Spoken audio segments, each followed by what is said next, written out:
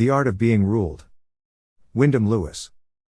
Original publication 1926. 1989 edition. Narrated by Skeptical Waves. Part 11. Proudhon and Rousseau. Chapter 1. The Antagonism of Proudhon and Marx. The problem of the domestic needle is at the basis of all controversy between the communist and the collectivist, and that object has proved an insurmountable obstacle. If everything is to belong to the community and to be held in common, are you to stop anywhere, at the domestic needle, for instance, in your repartition of goods? That is one of the natural landmarks by which the jealously guarded frontiers of these two regions of socialism can be recognized. But in many ways the frontiers are extremely indistinct. For example, Proudhon is a doctrinaire anti-clerical, whereas his great admirer, Sorel, is for the Roman Church, as is also Peggy. Sorel claims Proudhon as his principal master, and all syndicalist doctrine derives from Proudhon. But he also believes very much in Marx. But Marx and Proudhon, on the other hand, are at daggers drawn. Marx, in his Miseries of Philosophy, attacks Proudhon with the greatest vehemence, even referring to him repeatedly as a bourgeois. He also applies to Proudhon the same epithet that Proudhon applies to Rousseau. He calls him a blackguard or scélérat. He refers to the child's pedestal on which this intellectual champion of the French bourgeoisie is stuck.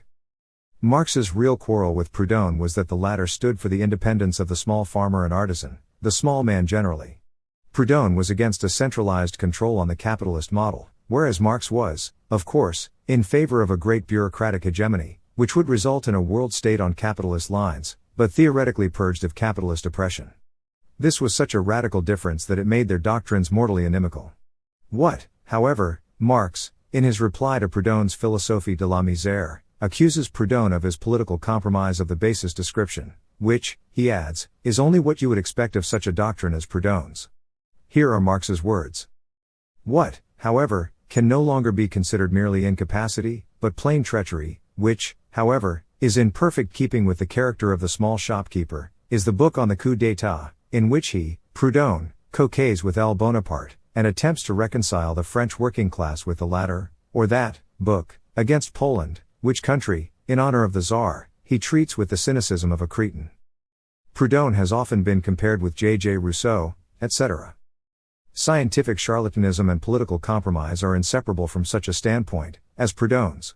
Only one motive then remains, personal vanity, and, as is the way with all vain people, the only thing that matters is the momentary effect to be produced, the success of a day.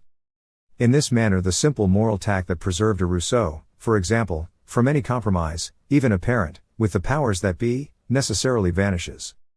Perhaps posterity will say, to describe this most recent phase of French history, that Louis Bonaparte was its Napoleon, and Proudhon its Rousseau-Voltaire.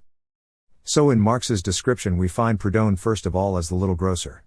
All great socialists, if their parents were middle class rather than working people, like Sorel, Marx, or Mr. Shaw, speak of the lower classes and their shortcomings very loftily indeed. To this, in reading socialist theory, you will soon grow accustomed, but Proudhon also is even figuring, if not as a Napoleon, at least as the servant of a Napoleon, so he becomes at least closely related to Sorel's or to Berth's idea of Saint-Simon or of Fourier.